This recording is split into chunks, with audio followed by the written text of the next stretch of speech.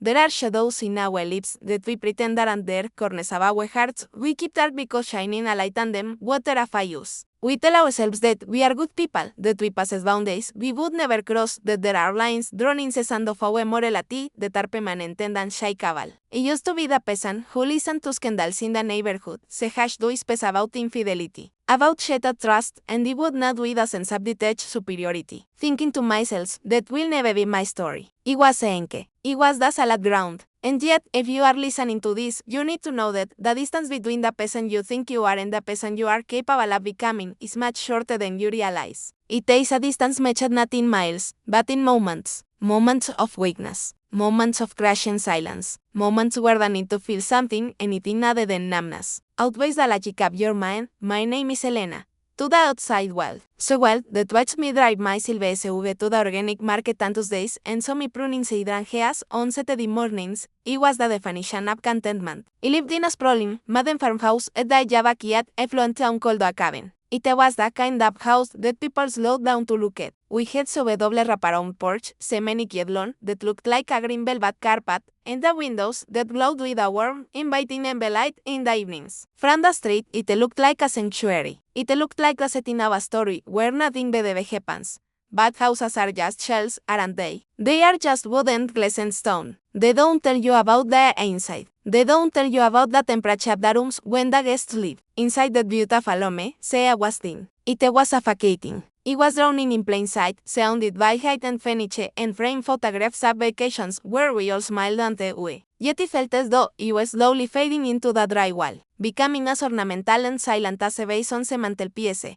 My husband, David, was an architect, a brilliant man, a man of structure, of lines, of rigid plans. He built skyscrapers and designed museums, creating spaces for thousands of people to inhabit. Yet he seemed to have no space left in his own life for me. He wasn't cruel. He wasn't abusive. In some ways, that made it harder to explain the ache in my chest. If he had been mean, he could have fought back. If he had been loud, he could have screamed. But David was simply absent. Even when he was sitting across from me at the mahogany dining table, I was gone. His mind was always on a blueprint, on a deadline, on a crisis at the fem. He provided for us beautifully. He wanted for nothing material. But he was starving. He was starving for a look that lingered. He was starving for a question about my day that wasn't just a procedural check-in. And then there was Maya, our 17-year-old daughter. She was in that phase of adolescence that feels like a closed fortress. She lived her life through the glowing rectangle of her phone screen.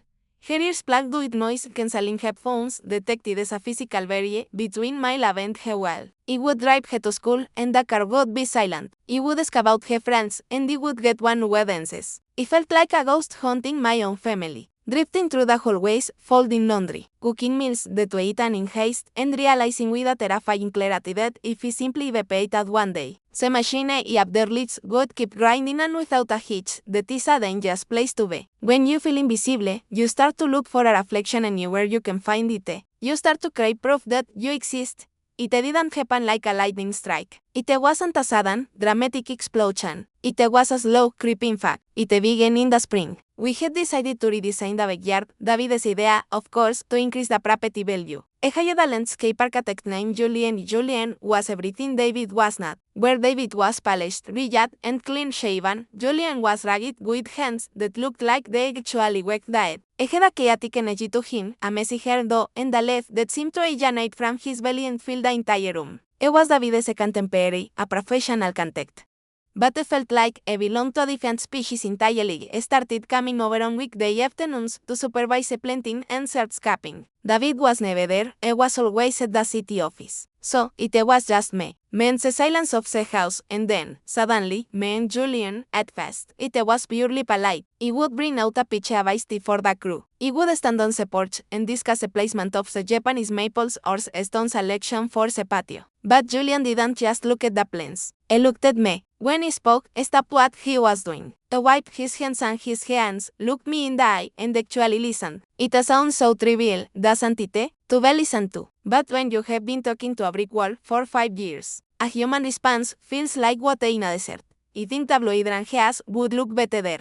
He said one afternoon. Pointing to a shaded corner, David had strictly wanted white ones clean. Uniform, architectural. Julian looked at the corner. Then looked at me, a small smack playing on his lips. Louis Wilder, he said. It changes with the soil. It is less predictable. Is that what you like, Elena? Unpredictability? The question hanging the human deftenunea. It wasn't about flowers. We both knew it wasn't about flowers. I think a little color wouldn't have instant mered, feeling a flash rise to my cheeks that had nothing to do with the sun.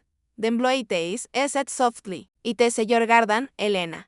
You should see yourself in it. You should see yourself in it. That phrase echoed in my mind for days. No one had asked me what I wanted, what I saw, in years. I was the facilitator of David Sevichan. Se caretaker of Maya is alive. But WHO was Elena. Se conversations grew longer. Se iced tea tending to coffee at the kitchen island when it rained. Se talk up soil acidity tending to talk about life, about regrets, about the things we wanted to do but never did. I learned that Julian was divorced, that he carried a sadness about a failed business venture years ago, that he loved all jazz records and hated modern art, so very art my husband collected. I found myself waking up in the morning and checking the weather, not to see if I needed an umbrella, but to see if it was a good day for the landscaping crew to work. I found myself putting on a little more makeup than usual on Tuesdays and Thursdays. I hated myself for it. I would look in the vanity mirror and whisper, "Stop it, you are a married woman. You have a daughter. Stop this, but the heart is a traitor. It doesn't listen to logic. It listens to the dopamine rush of being admired." One rainy Tuesday, the crew had packed a pelly, but Julian stayed behind to go over some invoices with me. We sat at the kitchen table, staring hemming against the large glass sliding doors, creating a curtain of light that isolated us from the rest of the wall. The house was quiet. Maya was at band practice. David wouldn't be home until past 8. We were talking about something mundane, drainage solutions, I think. But then there was a lull. Julian closed the folder in front of him and just looked at me. Not a polite look of a contracted to a client, but a searching look of a man trying to solve a riddle. "You're lonely here, aren't you?" Asked the darkness of it took the eye out of my lens. I opened my mouth to defend my life, to recite a script about my wonderful husband and my successful daughter, but the words died in my throat. I couldn't lie to him. I realized then that he saw me. I saw the mess he wore, and he saw the tired woman beneath it.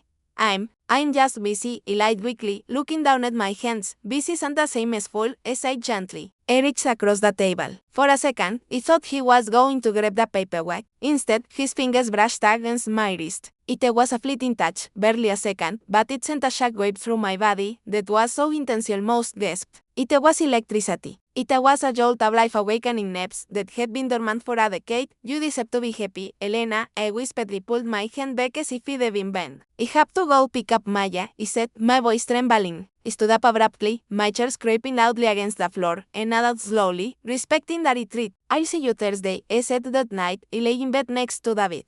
The room was dark. I could hear the steady, rhythmic breathing of my husband, so many had vowed to love and cherish, until death parted us. I was right there, inches away. I could have reached out and touched his shoulder. But the emotional chasm between us felt as wide as an ocean. I felt like a frog. I felt dirty. And yet, beneath the guilt, there was a humming vibration in my veins. I felt alive. This is the trap. This is how it catches you. It convinces you that the bad thing is the only thing making you feel good.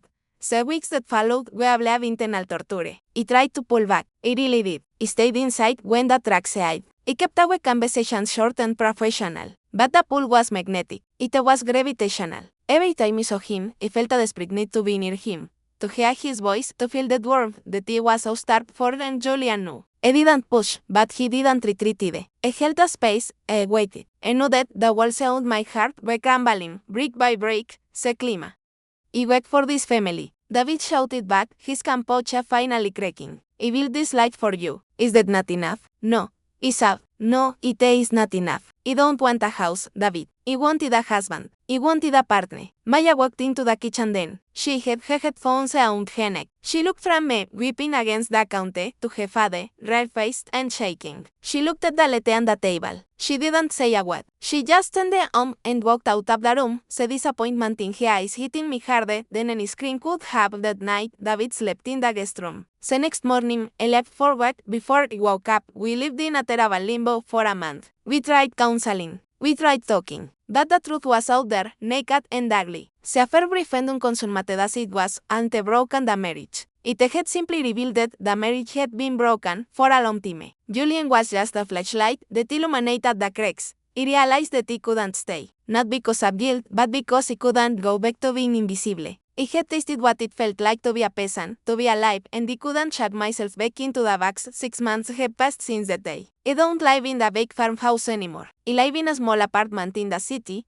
close to where I found a job at an art gallery. It is small. Se fos at leaks. I don't have a garden. David and I are separated. We are navigating the messy, painful waters of divorce. Maya stays with me on weekends. She is still angry, but she is talking to me. We're rebuilding something new, something fragile but honest. And Julian? I didn't turn to him. That wouldn't have been right. I needed to stand on my own 2 feet before I could stand beside anyone else. I saw him once, across the street at a coffee shop. Eso me. We nodded. A silent acknowledgement of the storm we created. And the wreckage we survived. Maybe one day we age talk. Maybe not. But here is the truth I want you to take away from my story. It is not a fairy tale. There is no happy ending where I ride off into the sunset. I hate people. I broke vows. I carry scars that will never fully fade. But when I look in the mirror now, in the harsh fluorescent light of my small bedroom, I recognize the woman looking back. She is flawed. She is lonely sometimes. She is struggling. But she is real. She is no longer fading into the wallpaper. She is no longer waiting for permission to exist. If you are listening to this, and you are sitting in a beautiful house feeling cold, if you are lying next to someone who feels a million miles away, please listen to me. Don't wait for a Julian to break your life open. Don't wait for the temptation to become a regret. Speak up, scream if you have to. Break the silence before it breaks you. You deserve to be seen. You deserve to be heard. But you have to be the one to use your voice. My name is Elena. I made mistakes that cost me a life I thought I wanted. But in the ruins, I found the life I actually needed. If this story struck a chord in you, if you've ever felt the hiccup danced or the pull of the forbidden, you are not alone. We are all just humans, stumbling through the dark, looking for a little bit of light. Thank you for listening to my truth on heartfelt tales unfold. If you have a story of your own, a secret you've carried too long, share it in the comments. Let us ever witness to each other's lives, so no one has to feel invisible ever again. Please subscribe, take care of yourselves, and remember, the truth is the only thing that can set you free, even if it hurts.